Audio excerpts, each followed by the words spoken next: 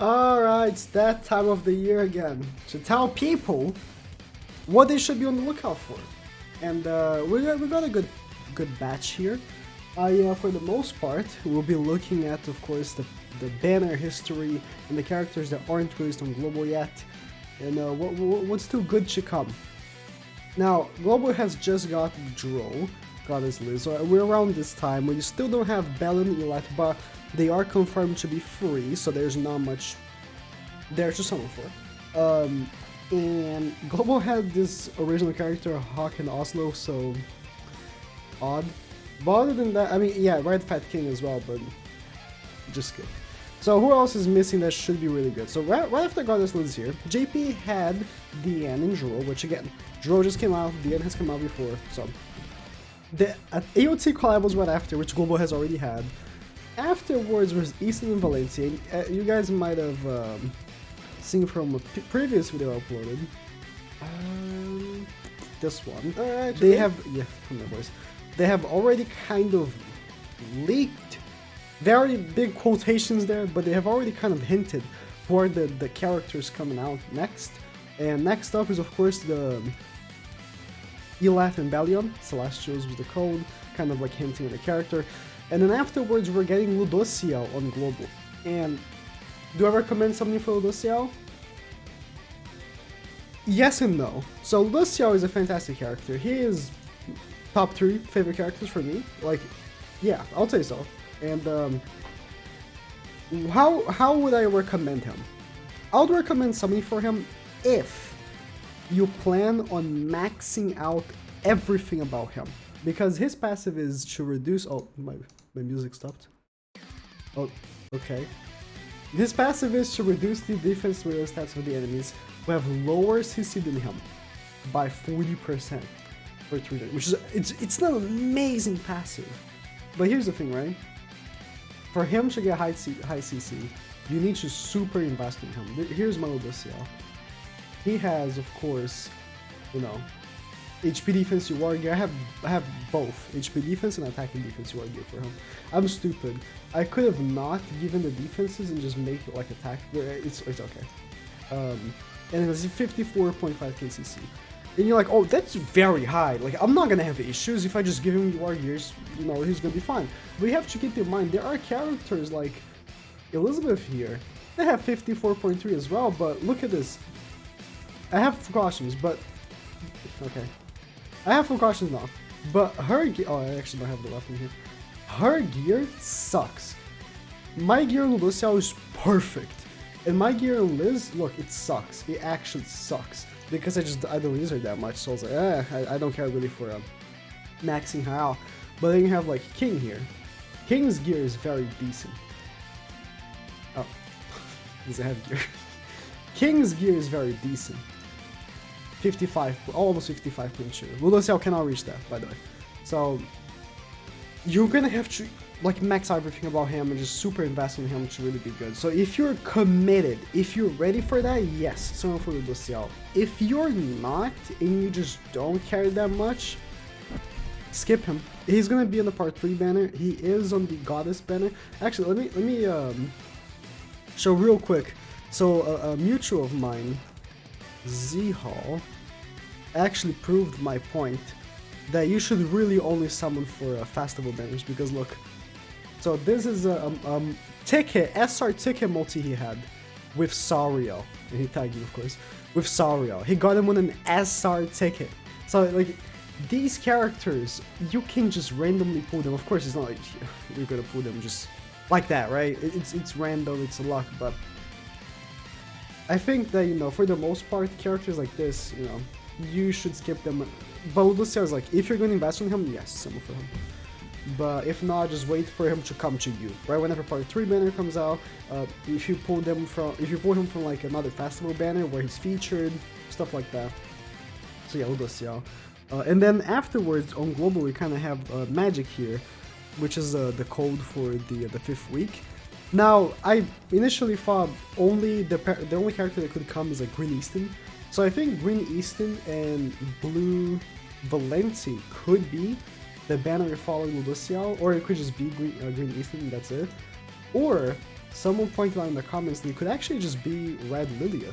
Which, yes, it could be Red Lilia.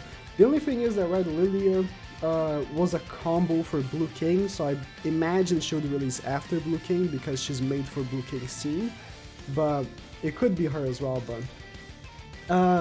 Eastin is a fantastic unit. I have nothing bad to say about her, other than that she became irrelevant pretty quick. As soon as King came out, she became irrelevant. Like, it was instantaneous, because the only reason why she became relevant in the first place was because, I mean, her passive is very good, don't get me wrong, but the majority of it is because she disabled Ultimate Gauge and that cucked Ult Rush, right? So Liz's team got incredibly cucked by Eastin. That was what really made her successful. After Blue King, Liz, Melee team, right? It was the trio of Cancer team, became less relevant, or just became worse because of Blue Festival King. She became very irrelevant. Because if you're gonna counter them, it's better off using King than using Eastin anyway, so... That's the only bad thing about her, so...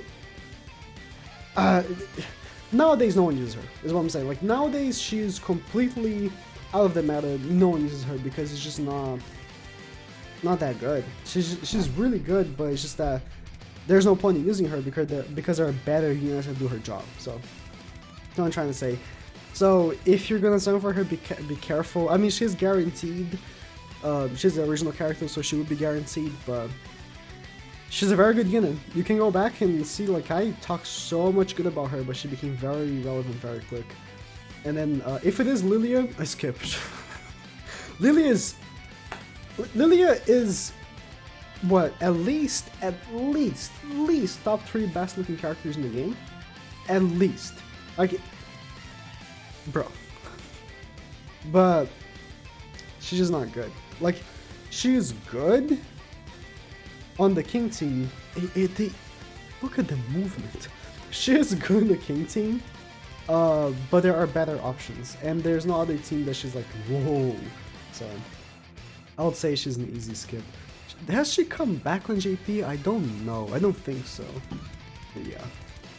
So, yeah, Valencia and Eastin could be the ban after Ludociel. Joe has already come out, Ludociel, like we already discussed. Camilla has already come out on Global. Blue Hellbrim is a free banner, and then we have Festival King. Now, Festival King... I ran a poll on Twitter. Let me actually open up my... my thing again here.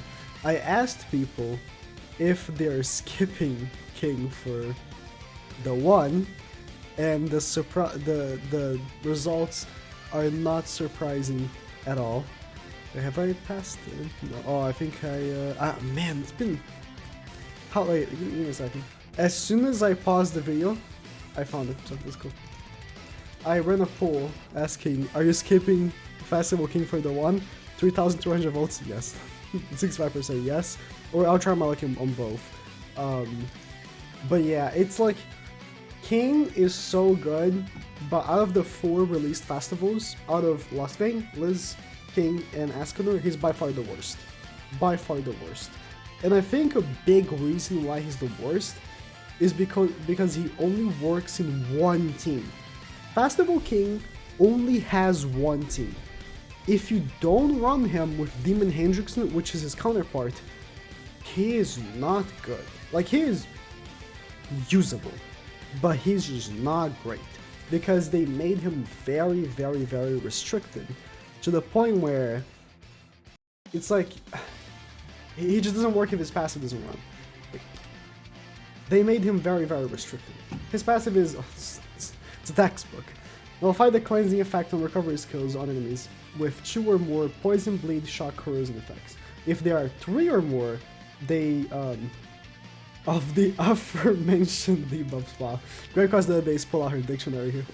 Further decreases the enemy's ultimate gauge by 1 at the end of every turn. So he completely cucked Ult Rush, and King was the best team when he released. King, Handy, Goddess Liz was definitely the best team at release. These days, the King team is completely irrelevant. No one runs it anymore. So, it's just, it's so sad, but it is the truth. Which is, I think the good thing about playing global is like knowing, like, what are the characters that are still relevant, you know?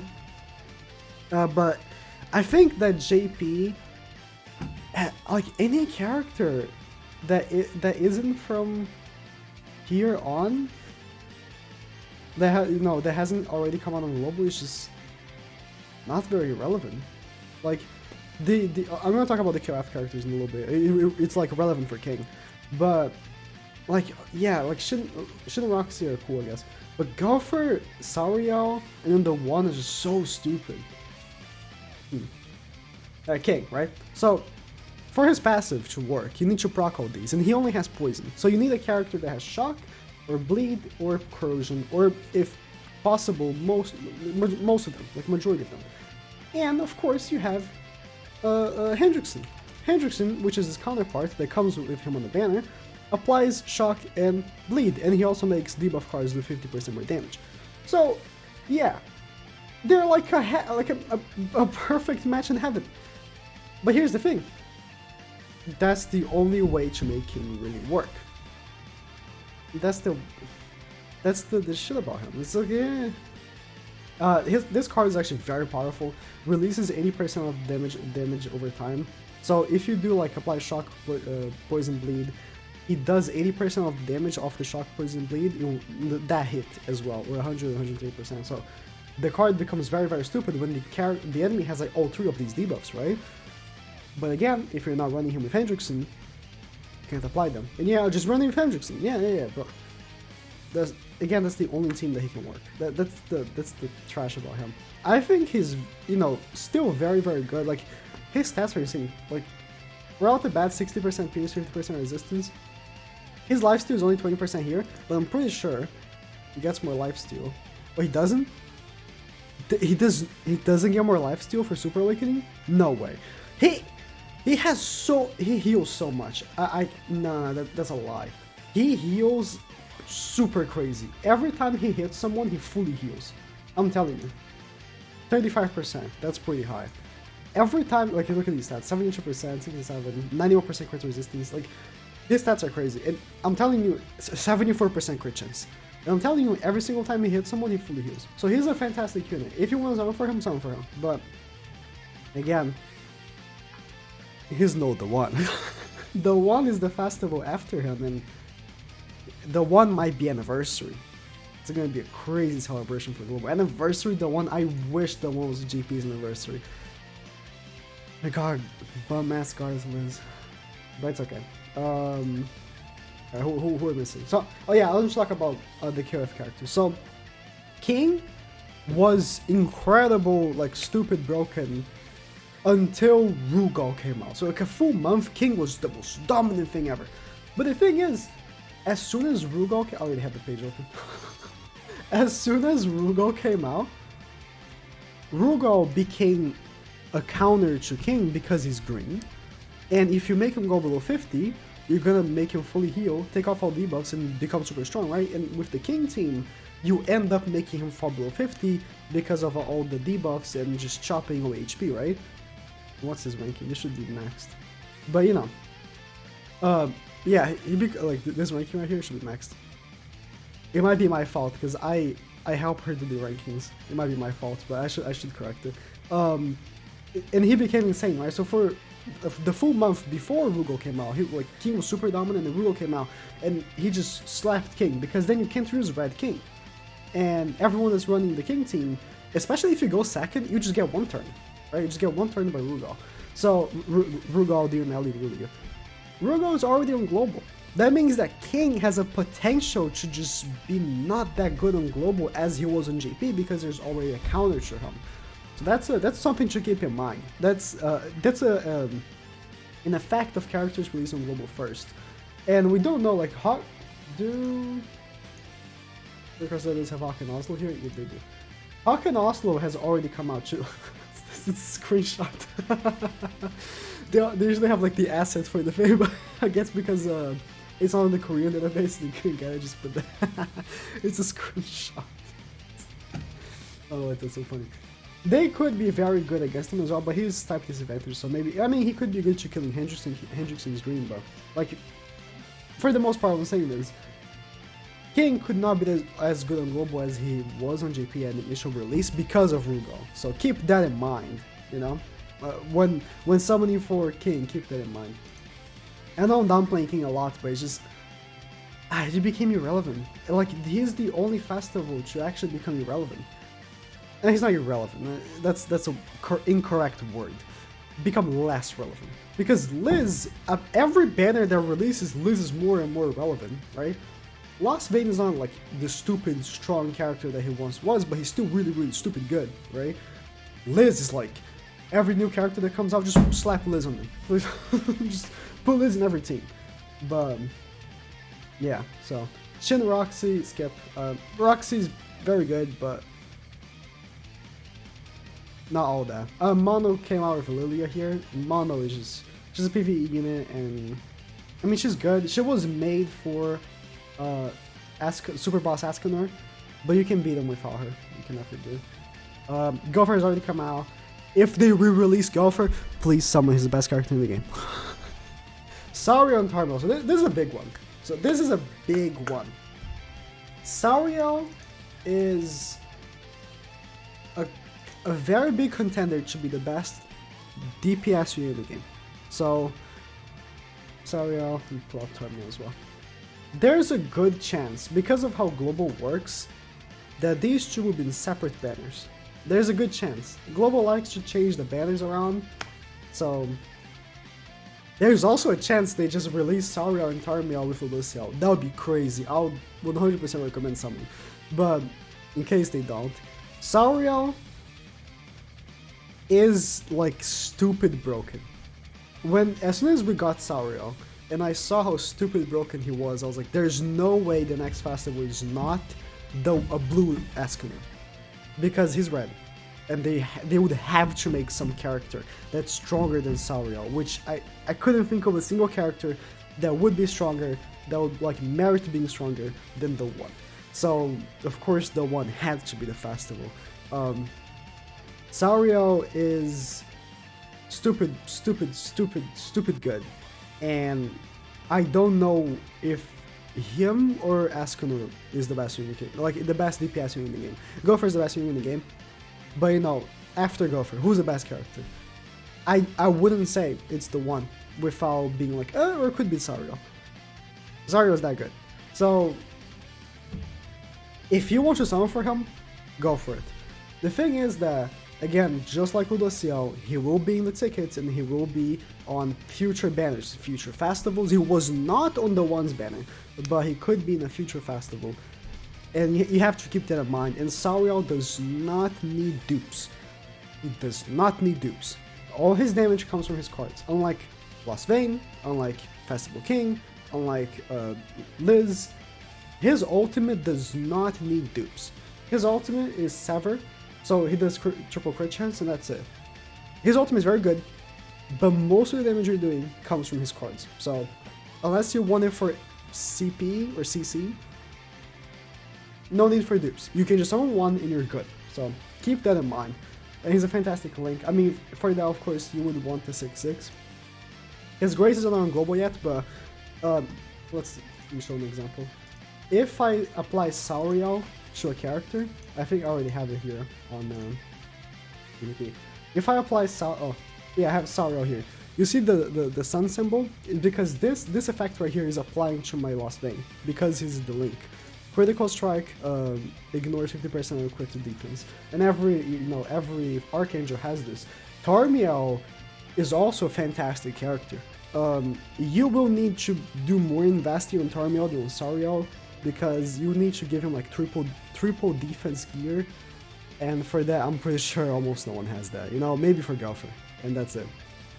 But yeah, decreases all enemies max HP by 200% of the hero's defense. That's why you need as much defense as possible. And his grace is that once he takes damage on a turn, recovers HP equal to 150% defense on the start of the ally's turn. So he is really, really good. And he has the highest CP in the game, by the way. Highest in the game. He's really, really good, but I wouldn't say that he is a reason to summon.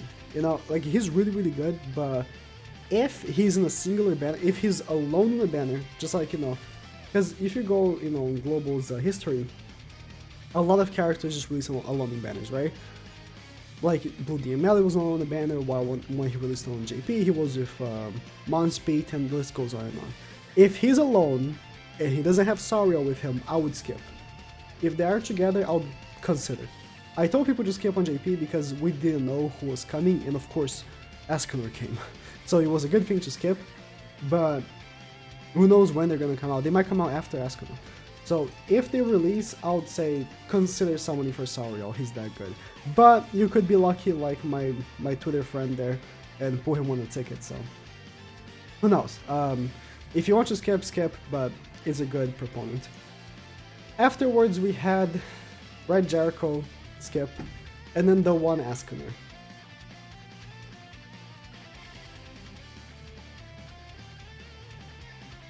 Are you gonna skip the one? You're not gonna skip the one. You're not. We don't know who's coming after the one, but I know for a fact you're not skipping him. He is the hypest character that the game has ever released. The game, fun fact, got number 2 grossing in Japan. Number 1 was that game that is always grossing. Not Faith Grand Order, there's this other like dragon puzzle game or something that's always grossing. So Grand Cross lost to that, but it was in front of every other game in Japan. In Japan, where Grand Cross is not that popular in Japan. Grand Cross's biggest base of popularity is in the United States. Grand Cross is not that popular in Japan. It's not even a Japanese game, it's a Korean game. So, and it got number 2 gross in Japan. So that's to tell you, the One Escanor is very hype. So you are summoning for the one. If you want to skip everything and just summon for the one, do that. I would not judge you.